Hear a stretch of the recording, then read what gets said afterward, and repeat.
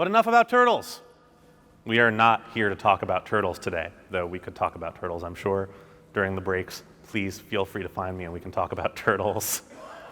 We're here to talk about Agile. And in fact, many of us are here to talk about Agile. Agile is a really big deal in the marketing world right now. According to the State of Agile Marketing report published by our friends at Agile Sherpas, some of whom are here today, about 50% of traditional marketing teams are looking to adopt Agile in some way within the next year. So quick show of hands, how many people here work on a marketing team that is doing some Agile stuff? Hands high. Keep your hand held high if that Agile stuff is happening primarily within the marketing function. It is within the boundaries of your marketing world. Okay, I'm going to come back to you in a little bit. So where I come from in the software development world, Agile's been around for about 18 years. Agile is old enough to vote now. So the big question I've had is why is Agile such a big deal now? Why is marketing coming around and embracing Agile in this huge way? And I'll tell you exactly why. It's because Agile means good and fast also. It also means fast. Agile means good and fast. But it means that in like a special way. You know, like agile. Like agile. Agile. There's a funny thing happening right now in the marketing world where the word agile is kind of being thrown around the way the word digital was 5 years ago, 10 years ago, last week with some people, where it's a word that gets thrown in front of other things to make them sound better. So we're not just going to have marketing, we're going to have agile marketing. We're not just going to have HR, we're going to have agile HR. We throw the word agile in front of something, and we're not quite sure what it means, but we're pretty sure it means something good. So, for better or worse, agile has largely become a shorthand for whatever we want it to mean. Agile marketing means good, fast, better marketing. Agile software development means good, fast, better software development. And the problem here is that we don't always want it to mean the same thing. I will give you some very concrete examples of what that looks like in practice. So when executives say agile to product teams, what do we think that might mean? I'll tell you what it meant the first time I heard it. It meant, I want you to get 6 months of work done in 2 weeks. That's what agile means. It means you take 6 months of work and you do it in 2 weeks. This was not great. So my product team, we turned around to the marketers on our team, and we said, well, we're agile now. So what does that mean when product teams say agile to marketing teams? Well, in our case, it meant I want you to stop asking us about deadlines. We don't have deadlines anymore because we're agile. You can't ask us when something is going to be finished. Finished is an arbitrary waterfall construct. We're agile now. How dare you? How dare you, sir or madam, ask me when this will be finished? I gather some of you have heard this use of the word agile. And then when marketers turn around and say agile, they usually mean, oh, sorry, I thought I had something here. You know, like good and fast. You know, like agile. We're in a really interesting moment in the world of agile marketing because it is largely up to us how we define agile moving forward. What agile is going to mean in a marketing context. And I would suggest that the way we define it now, what agile means to us as marketers, is going to mean the difference between agile being something that breaks down silos and brings us closer together across functions,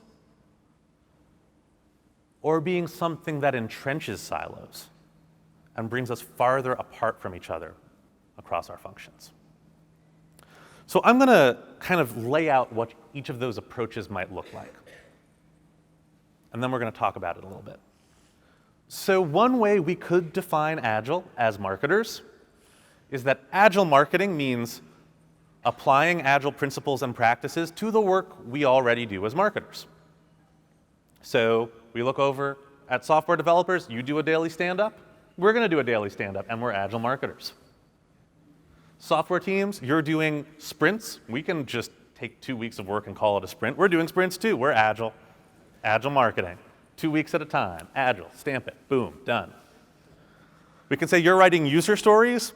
We'll write those as a user. I want some marketing so I can have awesome marketing. Boom. Agile. Your team is running retrospectives. That sounds hard. We won't do that. But we'll do the other ones. So we can do this, and we can actually get pretty far. We can optimize the marketing function from within the comfort and safety of the marketing function. We can do some of these things. We can achieve some operational gains. We can become Agile marketers. But there's actually a much more interesting opportunity here, and this is what I really want to dig into with you this morning. Rather than working in parallel, separate from our cross-functional colleagues, we could say, we actually want to work with all these people to define what Agile means to all of us. What does the future of an Agile organization look like for everybody in that organization? And how do we redefine our role as marketers to step up into that future? This, to me, is the really interesting path. Not how do we take some of those Agile practices and apply them to our work as marketers, but how do we embrace this challenge of the Agile movement for us to work together and then figure out what the future of marketing looks like in this new world.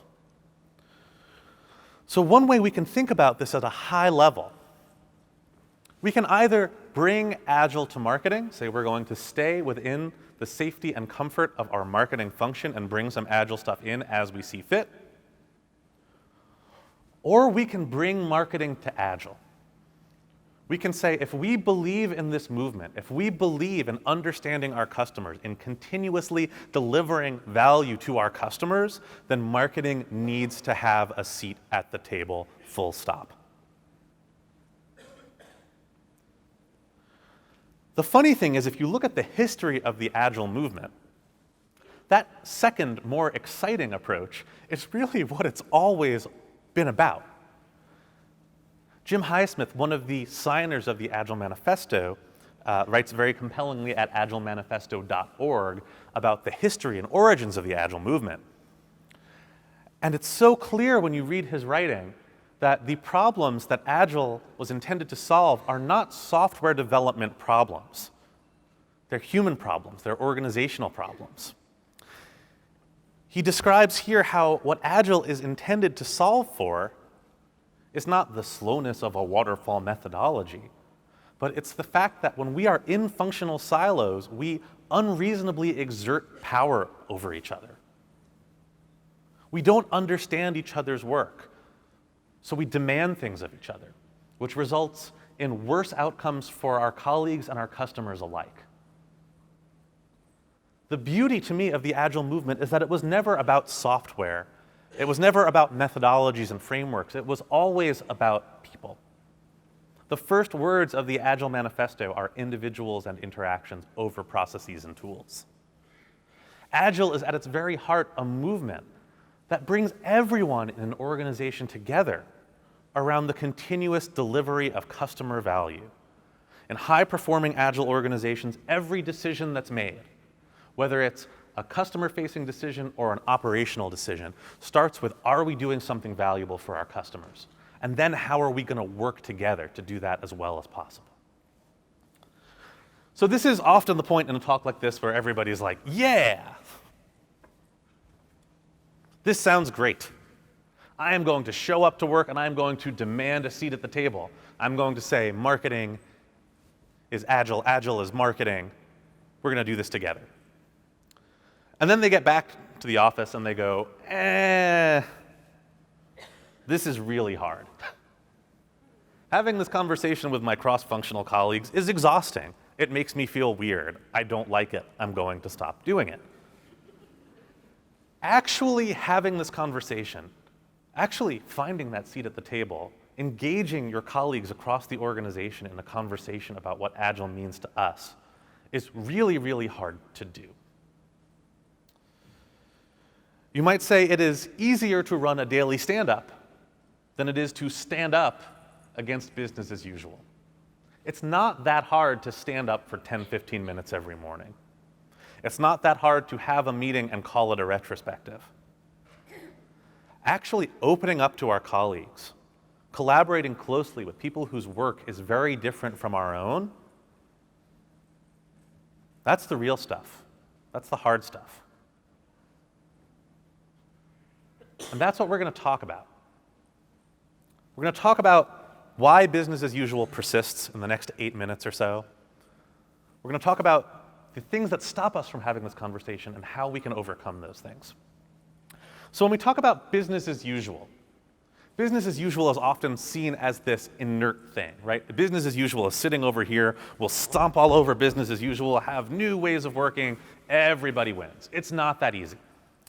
In Agile for Everybody, I describe business as usual through the lens of 3 laws of organizational gravity. Because the forces keeping us tethered to business as usual are often as ubiquitous and as invisible as gravity itself.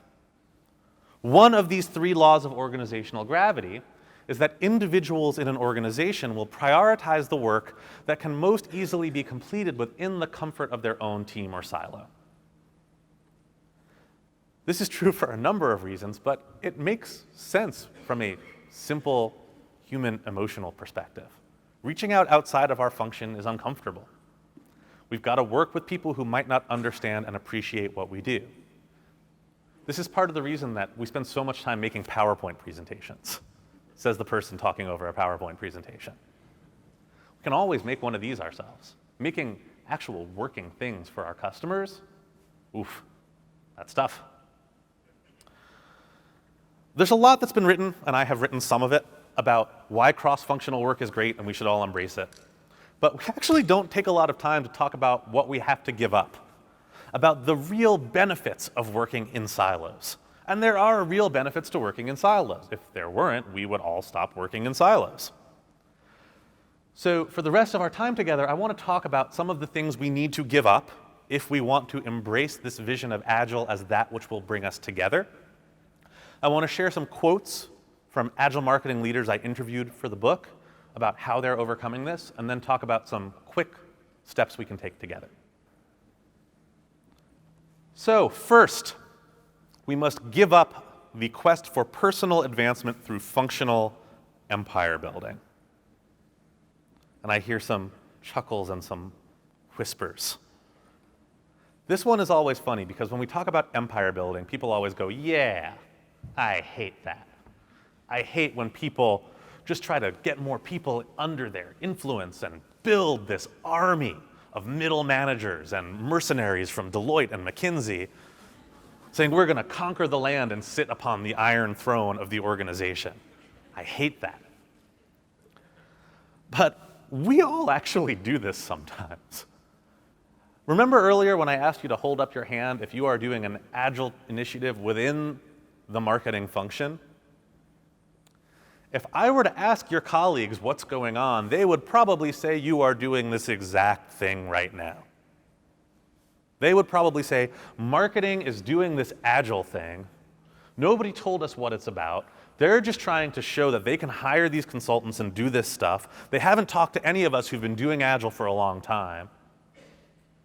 They're just trying to defeat us. So we must hire more middle managers, and we must have our own Agile transformation initiative, which will vanquish their Agile transformation initiative. As we compete, and we all do in organizations for resources, for influence, for promotion and recognition and advancement, we all fall into this trap sometimes. I had a hard time understanding this until I interviewed Mayur Gupta, who's the CMO of Freshly and who we had the pleasure of working with at Spotify. This quote from him is something I come back to all the time. He talked about this in the context of the Spotify model, which I think is really interesting for thinking about how models are just a means to an end, or enablers of culture. He said, culture becomes truly cross-functional when you are agnostic of where you sit and when you start to recognize collaboration as opposed to individual heroism. So my question to everyone in this room is, are we willing to give up individual heroism and celebrate collaboration? Are we willing to give up these systems of reward and incentive that encourage us to build empires, to seek functional victory, to try to claim the Iron Throne for us and our house? It's a tougher question than it might seem. The second thing we have to give up is the idea that only we as marketers truly understand the voice of the customer. This is one of my favorite ones. So my business partners and I, when we're working with companies, one of the things we do is we try to bring together people across functions to empower people in a technology-driven era.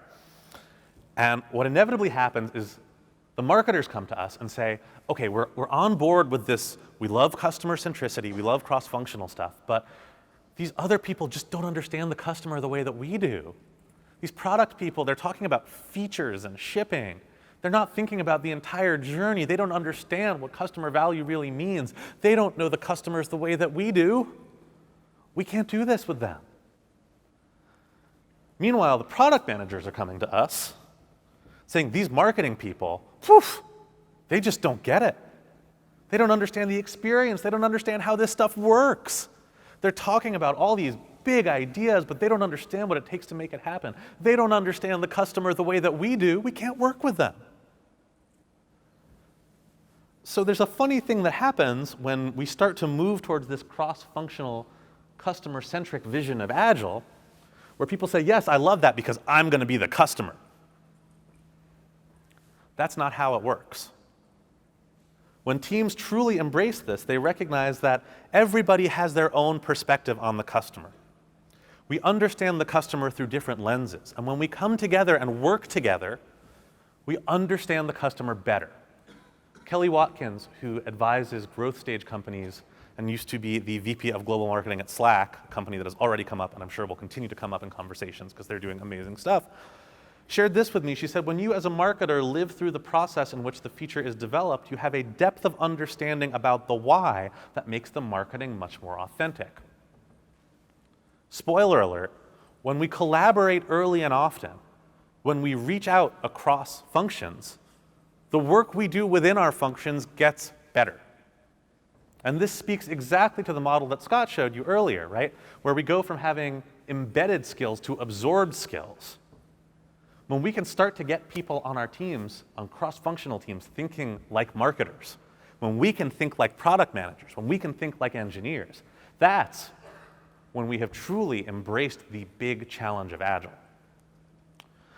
Last but not least, we have to give up our best excuses. And this one is really hard. This one stings. Because when we're working on a team with cross-functional partners, we can't say, those people built a thing we can't sell. Well, we built it also. We can't say, we didn't hit the target because the target was unreasonable. We set the target.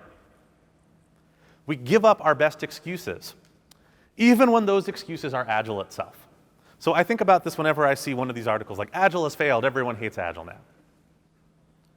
Because the reality is, like, Agile can't fail us because Agile is us. We are it, and it is us. If we truly embrace this idea that Agile is a challenge for us to take ownership of the way we work and take ownership together, then we'll wind up where we need to be. Michelle Peluso, the CMO of IBM, who's done amazing work bringing Agile to marketing and bringing marketing to Agile, said, I remind marketing teams that they have a lot more control over their destiny than they may think. If you just attack it from a really practical perspective, how do they work, how do we work, where do we really have to be connected and where do we not need to be connected, there's always a way. Great leadership in a cross-functional Agile organization does not accept excuses. They say there is always a way. They believe that there is always a way. They empower their teams to find that way. Real quick, before we go off to all the amazing things you're going to learn about, making these changes does not mean we need to wait for a reorg. It doesn't mean we need to wait for an army of consultants to show up. There are things we can start doing right now. One of those things is experimenting with Agile practices, the key word here being experiment. You can try stuff. Try running a daily stand-up, see if it works. Have a conversation about what it means for it to work or not work. We can talk to each other. If there are other folks in your organization and other departments, other functions doing Agile, talk to them. Say what worked for you, what didn't work. How can we do this together? And last but not least, we can show our work. When we are working cross-functionally, we are working with people who don't understand the way that we work. And our tendency is often to try to impress them by showing things that are finished and polished. The product manager makes a 20-page product spec. The designer does a finished, polished mock-up. The marketer does a 100-slide deck about our marketing strategy. We don't actually learn that much from each other. I say this, but my business partners pointed out to me that I am as guilty of this as anybody else. I would literally show up in organizations with a finished, polished 50-slide deck about how we shouldn't make finished, polished 50-slide decks. So in a fit of self-recrimination, I took this pledge. I wrote up this pledge. I said, I am going to hold myself and ask others to hold me accountable for never spending more than 1 page and 1 hour on something before I share it with people. I'm going to force myself to show unfinished work, because that's how I'm going to model what vulnerability looks like in a cross-functional world. We open sourced this pledge and put it up at onepageonehour.com. If anyone's interested in this, you can check it out. We've had people sign on from companies like CNN and Disney. It's making the rounds, which is really interesting and really heartening. I'm so excited about this because I think it speaks to a fundamental truth that we need to understand if we are going to bring marketing to Agile, which is that you can't demand a seat at the table as a marketer or just as a person and then do a 100-slide presentation about how you intend to transform the table. That will not go over well. You will not have that seat for long. If we want to bring marketing to Agile, if we want to step into this incredible future in which we are all working together to deliver value to customers, we have to be willing to take that first step, to model that vulnerability, to show up at the table empty-handed, to say we're going to create this vision of what the future of this Agile organization looks like together, and we are going to work together every step of the way to get there. That is the Agile future I believe in, and I can't wait to see you there. Thank you so much. Thank you, Scott. Thank you to everyone here. This has been such a treat. I'll be around. You can find me on Twitter. Send me an email if you have any questions.